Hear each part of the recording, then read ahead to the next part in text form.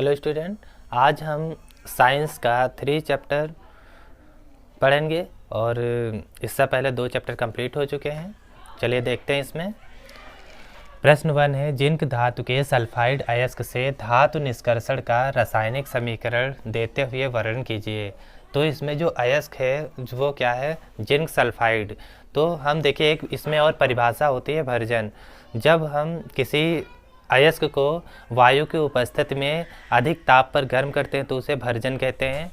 ये आप लोग लिख कर तैयार कर लें और देखते हैं इसका जो रासायनिक समीकरण होगा वो इसमें लिखते हैं। ZnS जिंक सल्फाइड है तो ZnS हो गया। और उसके बाद में यहाँ पर कह रहा है प्लस इसमें क्या होगा O3, मतलब ऑक्सीजन ले लेंगे और इसको 3O2 है। अब ये जिंक ऑक्साइड में बदलेगा, जिंक ऑक्साइड में। तो सबसे पहले जो यहाँ पर होगा जिंक सल्फाइड, यहाँ 2 Zn लिख सकते हैं। तो जिंक सल्फाइड की क्रिया ऑक्सीजन से करा देंगे तो जिंक ऑक्साइड बन जाएगा।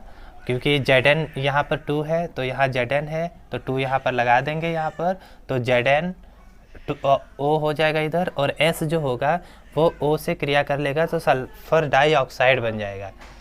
यहाँ क्या बन जाएगा? Sulphur dioxide 2SO2। अब देखेंगे ये बैलेंस है या नहीं। ऑक्सीजन यहाँ 3 दूनी 6 है और यहाँ 2 ऑक्सीजन हो चुका है, 2 दूनी 4 ऑक्सीजन, और सल्फाइड 2 है। इधर भी सल्फाइड कितना हो गया है? 2 है। और बाकी जो ऑक्सीजन थे तो वो भी यहाँ पर हो गया है। तो हम अगर इसको परिभाषित करेंगे तो हम लोग लिखेंगे जिंक सल्फाइड के अयस्क को वायु की उपस्थिति में गर्म करने पर जिंक ऑक्साइड प्राप्त होता है। तो अब क्या करेंगे, जिंक ऑक्साइड जो प्राप्त हुआ है इसकी क्रिया फिर कराएंगे। चलिए देखते हैं इसमें। लोग देखेंगे जो ये सल्फर डाइऑक्साइड है और क्या है? Zinc oxide. तो इसके बाद में हम क्या करेंगे, जिंक ऑक्साइड की जो क्रिया होगी, जिंक ऑक्साइड की क्रिया किससे करा देंगे? कार्बन से। तो ये कार्बन से कराएंगे। तो अब ये क्योंकि कार्बन जो होता है वो क्या अपचायक का कार्य करता है, तो ZnO की क्रिया जब ऑक्सीजन से कराएंगे तो Zn धातु क्या होगी? वो मिल जाएगी। ये धातु हमको जो है मिल गई, धातु मिल गई। और क्या होगा? C की क्रिया जो ऑक्सीजन से होगी तो कार्बन मोनोऑक्साइड बना देगा, मतलब CO। इस प्रकार सबसे पहले इसको जो जिंक सल्फाइड थी ऑक्सीजन से क्रिया हुई तो इसमें क्या हुआ? ZnO प्राप्त हो गया। फिर ZnO की क्रिया कार्बन से करा दी तो क्या हो गया? धातु प्राप्त हो गई। आप लोग नोट कर लें इसको। चलिए क्वेश्चन नंबर 2 देखते हैं। यहाँ पर निस्तापन पर संक्षिप्त टिप्पणी लिखिए। तो हम लोग क्या करेंगे, पहले निस्तापन जो होगा इसका, निस्तापन, क्योंकि समीकरण इसका जो इसमें जो है टिप्पणी लिखना है लेकिन समीकरण भी यूज होंगी। तो निस्तापन किसे कहते हैं? जब किसी सांद्रित अयस्क को वायु की अनुपस्थिति में उसके गलनांक के नीचे गर्म करके उसमें जो कार्बन डाई या सल्फर डाइऑक्साइड की और वाष्पशील जो अशुद्धियाँ होंगी उसको क्या करते हैं? दूर करने की क्रिया को निस्तापन कहते हैं। तो इसका उदाहरण इसमें हो जाएगा जैसे कि भूरे हेमेटाइट से लोहा तथा जो कैलामाइन होगा उससे जिंक निकालने की जो प्रक्रिया होगी इसी के अंतर्गत आती है। चलिए उदाहरण देखते हैं। पर 2Fe2O3.3H2O, और जब इसका निस्तापन होगा तो इसमें क्या होगा? Fe2O3 ये अलग हो जाएगा और यहाँ पर 3H2O ये अलग हो जाएगा। तो ये क्या है? भूरा हेमेटाइट, भूरा हेमेटाइट, भूरा हेमेटाइट। और तो इसको ये चल, तो दूसरा यहाँ पर देखते हैं। तो ZnCO3 इसका भी निस्तापन जब करते हैं यहाँ पर तो क्या हो जाता है? यहाँ पर ZnO प्लस CO2 तो यहाँ इसका निस्तापन हो रहा है, इसमें ये क्या हो रहा है, निस्तापन। चलिए इस हेडिंग इसकी लिखवा दी, परिभाषा भी लिखवा दी है, आप लोग इसको लिख लें। ये हो जाएगा कैलामाइन।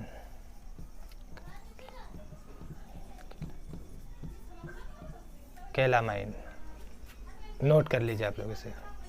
चलिए देखते हैं क्वेश्चन नंबर 3। चांदी का एक तार कॉपर सल्फेट CuSO4 के विलयन में डुबोया गया तथा एक दूसरे बर्तन में एक तांबे का तार AgNO3 सिल्वर नाइट्रेट के विलयन में डुबोया गया। दोनों बर्तनों में होने वाली अभिक्रियाओं को कारण सहित समझाइए। तो सबसे पहले हम पहली वाली कंडीशन देख लेंगे इसमें कि चांदी का जो एक तार है वो कॉपर सल्फेट के विलयन में डुबोया गया है। तो हम यहाँ पर इसमें पहले वाली क्वेश्चन में लिखेंगे कि चांदी की क्रियाशीलता कॉपर से कम होती है, इसलिए चांदी की क्रिया कॉपर सल्फेट से नहीं होगी। तो इसमें रिएक्शन लिखने के बाद में हम लोग लिख लेंगे यहाँ पर जो चांदी होगी किसको लिखेंगे, Ag प्लस लिखेंगे CuSO4 कॉपर सल्फेट, और ये जो रिएक्शन होगी तो यहाँ पर क्या होगी, अभिक्रिया नहीं होगी। तो यहाँ पर लिख लेंगे अभिक्रिया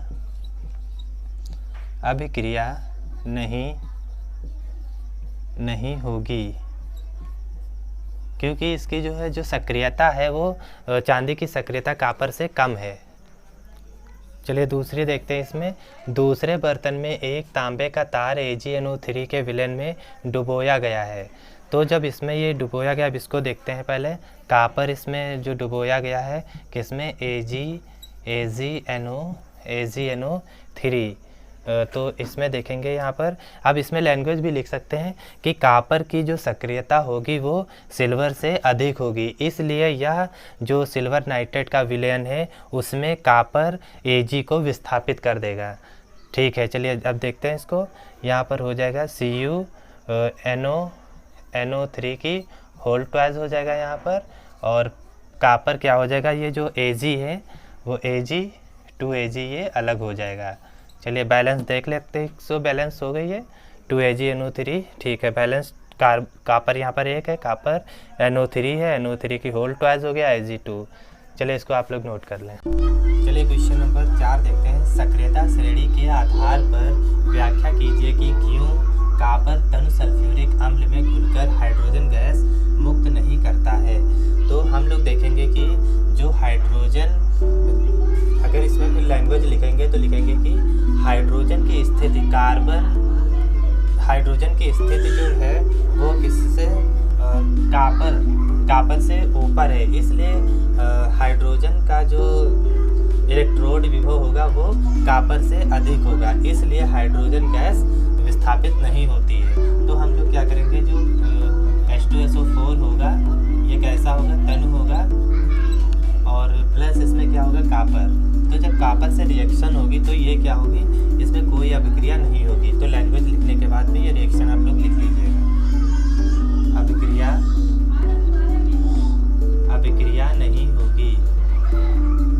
अभिक्रिया नहीं होगी, और जो हमने बोला है उसको आप लोग लिख लीजिए, और सक्रियता श्रेणी आप लोग तैयार कर लें जिससे क्वेश्चन आसानी से हो जाए। नोट कर लीजिए आप। चलिए क्वेश्चन नंबर 5 देखते हैं। क्या होता है जब कॉपर की छड़ को सिल्वर नाइट्रेट के विलयन में डालते हैं। तो इसमें विलयन कौन सा है, सिल्वर नाइट्रेट है, और क्या करेंगे, इसमें जो कॉपर होगा वो इसकी छड़ इसमें डाली जाएगी। तो हम लोग इसमें क्या करेंगे, तो इसमें सबसे पहले लिखेंगे जब कॉपर की छड़ सिल्वर नाइट्रेट के विलयन में डाला जाता है तो जो कॉपर होगा वो सिल्वर को विस्थापित कर देगा, और Cu++ आयन के कारण उस जो विलयन का रंग होगा वो क्या हो जाएगा, नीला हो जाएगा। चलिए इसके रिएक्शन देख लेते हैं।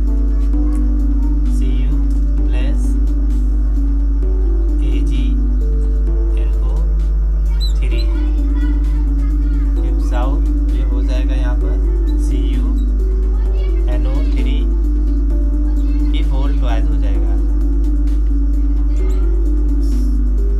CuNO3 की होल ट्वाइस, ये हो जाएगा, प्लस जो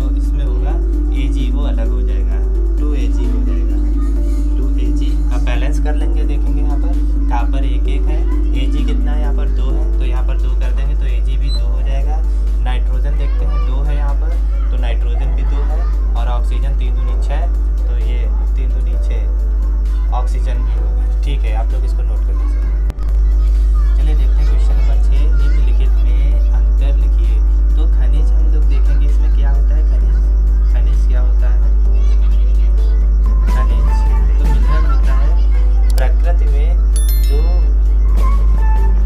अयस्क के यौगिक पाए जाते हैं। अयस्क के यौगिक पाए जाते हैं उन्हें खनिज कहते हैं। प्रकृति में अयस्क के जो यौगिक पाए जाते हैं उन्हें खनिज कहते हैं। तो अयस्क देखते हैं। अयस्क इसमें जो होगा, अयस्क इसमें लिख देंगे वे खनिज जिसमें किसी धातु को आसानी से या सुविधाजनक प्राप्त किया जा सकता है, उसे अयस्क कहते हैं। आप लोग इसको जो है लिख लीजिए हमारी लैंग्वेज में। चलो देखते हैं गालक तथा धातुमल में अंतर। तो गालक को देखेंगे। सबसे पहले गालक होता है किसी धातु में विद्यमान अगलनीय अशुद्धियों को गलाकर अविलेय पदार्थों के रूप में अलग करना गालक कहलाता है। आप लोग इसको लिख लीजिए। और गालक दो प्रकार का होता है। कितने प्रकार का होता है? दो प्रकार का। गालक दो प्रकार का होता है। तो अम्लीय में क्या होगा? SiO2 और दूसरा क्या होता है? क्षारीय।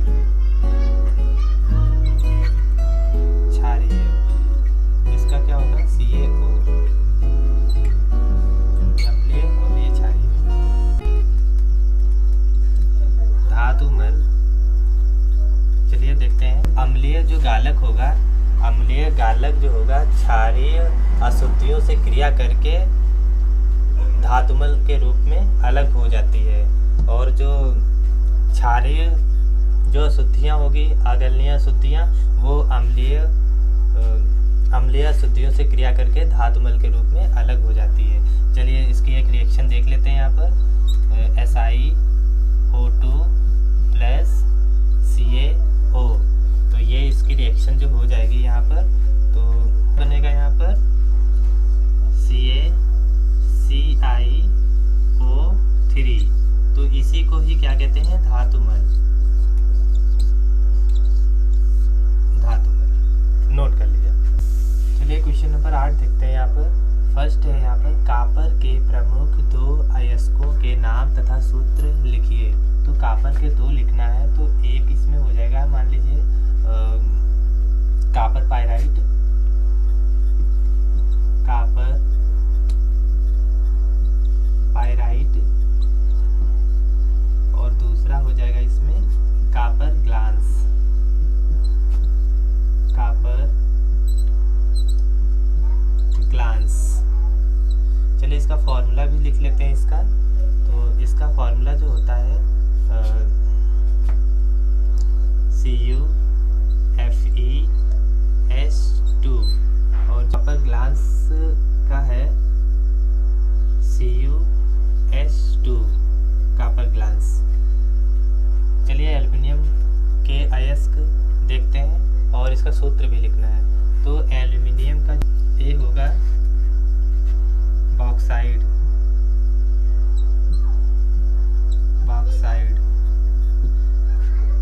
इसका सूत्र होगा Al2O3.H2O, 2H2O। चलिए दूसरा, चलिए बी देखते हैं क्रायोलाइट। क्रायोलाइट का Na3Al F6।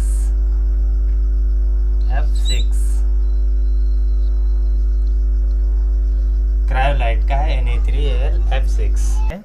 9, 10, 11, 12 और 13 ये MCQs में है, बहुविकल्प में। तो इसको क्वेश्चन को एक एक पढ़कर इसका आंसर देखना है क्या है।